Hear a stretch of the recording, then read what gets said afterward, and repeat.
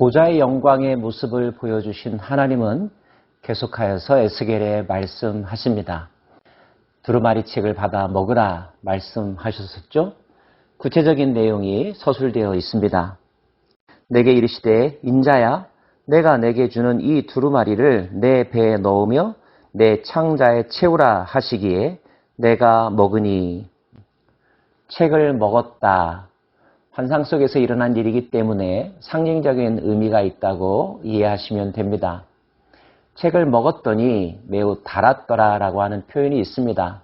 책의 내용은 애가와 애곡과 재앙으로 가득 차 있다고 했었죠. 남유다가 당할 시련과 그들의 미래를 기록한 것으로 추정이 됩니다. 그럼에도 불구하고 이 책을 먹었을 때 그 배에서 달았다라고 했습니다. 어떤 의미일까요? 아마도 그런 비극적인 과정은 있지만 궁극적으로 하나님께서 이루실 선한 뜻, 선한 결과를 의미하는 것으로 이해됩니다. 그가 또 내게 이르시되 인자야 이스라엘 족속에게 가서 내 말로 그들에게 고하라. 가서 전하라고 말씀하고 있죠.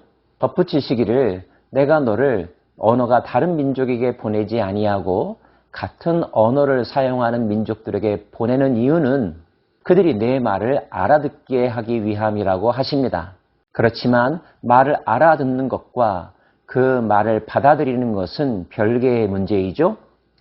그러나 이스라엘 족속은 이마가 굳고 마음이 굳어 내 말을 듣고자 아니하리니 이는 내 말을 듣고자 아니함이라. 너가 하는 말을 알아들으나 그 말을 받아들이지는 않는다는 것입니다. 그것은 너를 거절하는 것이 아니라 나 여호와 하나님의 말을 거절하는 것이라고 말씀하십니다. 국제 부부들이 싸움을 덜한다라고 하는 말이 있습니다. 왜 그럴까요? 언어가 같다고 해서 소통이 잘 되는 것은 아닌 듯합니다. 오히려 언어가 다르면 기대치를 낮추게 되고 상대방의 마음을 읽으려고 더 노력하게 되죠. 소통은 단순한 언어의 문제가 아니라 마음의 문제라는 것을 알게 됩니다. 고집스럽고 배타적이고 교만하면 아무리 화려한 말, 자세한 설명을 한다 할지라도 듣지 않으려고 하죠. 이스라엘 백성들이 그와 같다는 것입니다. 그러면서 하나님은 그럼에도 불구하고 두려워하지 말라고 말씀하십니다. 내가 너를 강하게 해주겠다. 내가 너를 지켜주겠다는 말씀과 함께요. 내 이마를 화석보다 굳은 금강석같이 하였으니 그들이 비록 반역하는 족속이라도 두려워하지 말며 그들의 얼굴을 무서워하지 말라 하시니라. 또 내게 이르시되 인자야 내가 내게 이를 모든 말을 너는 마음으로 받으며 귀로 듣고 사로잡힌 내 민족에게로 가서 그들이 듣든지 아니 듣든지 그들에게 고하여 이르기를 주 여호와의 말씀이 이러하시다 하라. 마음으로 받으며 귀로 들으라. 영으로 들으라는 말입니다. 정확하게 들으라는 말입니다. 그리고 담대하게 가서 전하라고 하십니다. 에스겔을 격려하는 장면도 이어지고 있는데요. 때 주의 영이 나를 들어올리시는데 내가 내 뒤에서 크게 울리는 소리를 들으니 찬송할지어다. 여호와의 영광이 그의 처소로부터 나오는도다 하니 이는 생물들의 날개가 서로 부딪히는 소리와 생물 곁의 바퀴 소리라. 크게 울리는 소리더라. 주의 영이 나를 들어올려 데리고 가시는데 내가 근심하고 분한 마음으로 가니 여호와의 권능이 힘있게 나를 감동시키시더라. 이에 내가 데라빕에 이르러 그 사로잡힌 백성 곧 그발 강가에 거주하는 자들에게 나아가 그 중에서 두려워 떨며 7일을 지내니라. 에스겔은 찬송 소리를 듣고 여호와의 권능을 힘입어 주의 영이 이끄시는 대로 일어서서 그 백성들에게로 갑니다. 우선 그와 함께 사로잡혀 바벨론의 포로로 왔던 백성들에게 갔다고 기록되어 있습니다. 거기서 7일 동안 머물렀습니다. 다시 한번 주의 말씀이 에스겔에게 임하였습니다. 7일 후에 여호와의 말씀이 내게 임하여 이르시되 인자야 내가 너를 이스라엘 족속의 파수꾼으로 세웠으니 너는 내 입의 말을 듣고 나를 대신하여 그들을 깨우치라. 파수꾼이라는 말, 망대를 세우고 적들이 쳐들어오는지 오지 않는지를 제일 먼저 감시하는 자, 그리고 본 것을 신속하게 아군들에게 알리는 역할을 하는 자가 바로 파수꾼이죠. 에스겔을 이스라엘 백성의 파수꾼으로 세우셨다고 다시 한번 그의 정체성을 확인시켜 주십니다. 그리고 파수꾼이 해야 할 일, 그 책임도 말씀하시죠. 전하라는 것입니다. 반응에 따라 그 결과가 달라지겠죠. 전했는데 듣지 않는다면 어떻게 될까요? 가령 내가 악인에게 말하기를 너는 꼭 죽으리라 할 때에 내가 깨우치지 아니하거나 말로 악인에게 일러서 그의 악한 길을 떠나 생명을 구원하게 하지 아니하면 그 악인은 그의 죄악 중에 죽으려니와 내가 그의 핏값을 내 손에서 찾을 것이고, 하나님께서 말씀하셨는데 내가 중간에서 전하지 아니하였다면 듣지 못한 그 사람은 죽임당할 것이지만 그의 핏값을 전하지 않은 너에게서도 찾겠다 말씀하십니다.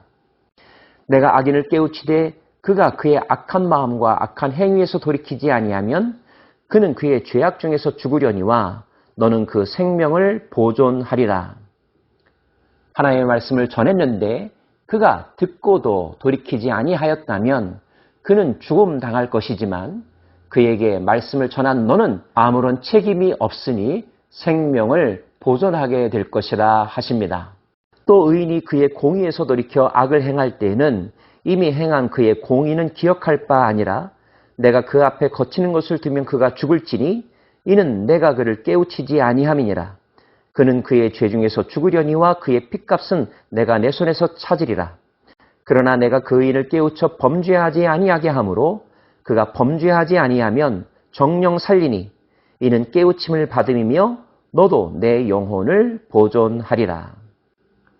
과거에 그가 살았던 어떤 의로운 행위가 현재 그의 죄를 탕감하지는 못한다는 것. 그가 만약 오늘 죄를 짓는다면 그 죄에서 돌이킬 것을 알려주어야 하고, 들음에도 불구하고 그가 돌이키지 아니하였다면 그는 죽임당할 것이지만 돌이켜 그 악한 길에서 떠났다면 그와 너는 생명을 보존하게 될 것이라는 것. 하나님이 이 말씀을 통하여서 듣는 이의 책임과 파수꾼의 책임을 분명하게 가르쳐주고 계신 것입니다. 형법에서 부자기범이라고 하는 단어가 있습니다. 뭔가를 해야 될 의무를 가진 자가 그 일을 하지 않는다면 하지 않는 그것에 대하여 책임을 묻게 될 것이라는 거죠. 파수꾼의 의무는 무엇입니까? 먼저 본 것, 먼저 들은 것을 전하는 것입니다. 상대방이 들을까 안 들을까에 따라서 전할까 전하지 말아야 할까를 결정해서는 안 된다는 것. 하나님이 말씀하셨다면 반드시 그 명령을 따라야 한다는 것이 하나님의 뜻입니다. 전도 대상자의 어떠함 때문에 전도할까 말까를 망설이지 않기를 원합니다. 이 세상의 풍조와 사람들의 여론 때문에 하나님의 말씀을 알고 있는 자들이 입을 다무는 일이 없기를 바랍니다. 만약에 하나님께서 가라, 가서 전하라 분명하게 말씀하셨다면, 권능을 주셨다면 순종하는 것, 그것만이 사명자가 할 일이요 파수꾼의 엄중한 책임임을 우리도 마음속에 새길 수 있기 원합니다. 그리고 나서 하나님은 다시 한번 에스겔에게 여호와의 영광을 경험하게 하십니다. 이런 일을 반복하여 하시는 것은 그만큼 에스겔을 성령 충만하게 하시기 위하여, 에스겔로 하여금 두려움과 염려를 이겨내게 하기 위하여 체험케 하시고 확신케 하시는 것입니다. 때에 대한 결정도 하나님께서 하실 것을 알려주시는데요. 주의 영이 내게 임하사 나를 일으켜 내 발로 세우시고 내게 말씀하여 이르시되 너는 가서 내 집에 들어가 문을 닫으라. 이번에는 집에 들어가라고 말씀하시죠. 너 인자야 보라, 무리가 내 위에 줄을 놓아 너를 동여 매리니 내가 그들 가운데서 나오지 못할 것이라. 내가 내 혀를 내 입천장에 붙게 하여 내가 말 못하는 자가 되어 그들을 꾸짖는 자가 되지 못하게 하리니 그들은 패역한 족속임이니라. 그러나 내가 너와 말할 때에 내 입을 열리니 너는 그들에게 이르기를 주 여호와의 말씀이 이러하시다 하라. 들을 자는 들을 것이요 듣기 싫은 자는 듣지 아니하리니 그들은 반역하는 족속임이니라.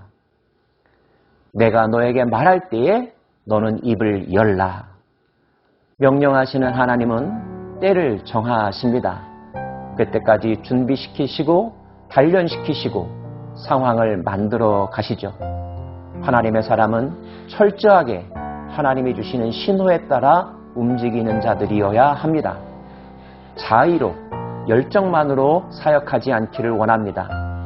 성령 충만하다는 느낌이 들면 들수록 더욱더 겸손하게 모든 안테나를 하나님에게 집중하고 하나님이 말씀하시는 때와 하나님이 말씀하시는 방법, 하나님이 말씀하시는 내용을 정확하게 알고 마음으로 받고 귀로 들어 올바르게 전하는 귀한 파수꾼들 되기를 소망합니다. 기도합시다.